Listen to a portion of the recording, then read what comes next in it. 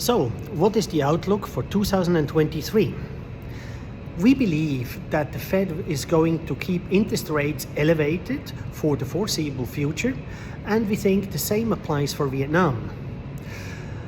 We will therefore keep an important allocation in our portfolio to the insurance sector, given that the insurance companies are one of the main beneficiaries in a high interest rate environment. Many of these companies are very cash rich and are generating a lot of interest income in keeping their liquidity invested in fixed term deposits.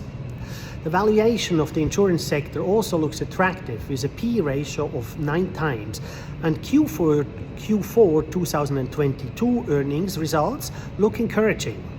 Particularly the insurance companies we are invested in hold a substantial cash balance in relation to the total assets, and they have no debts at all in their balance sheets.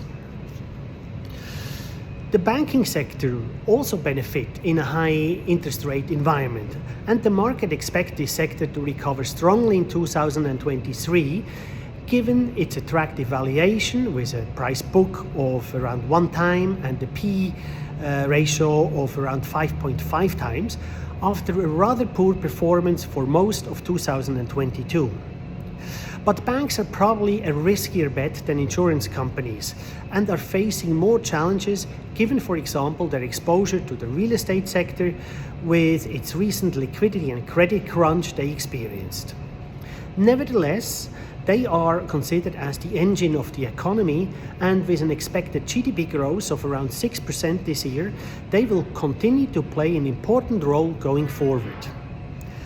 We also have an exposure in the banking sector, and we are planning to increase it over the coming weeks.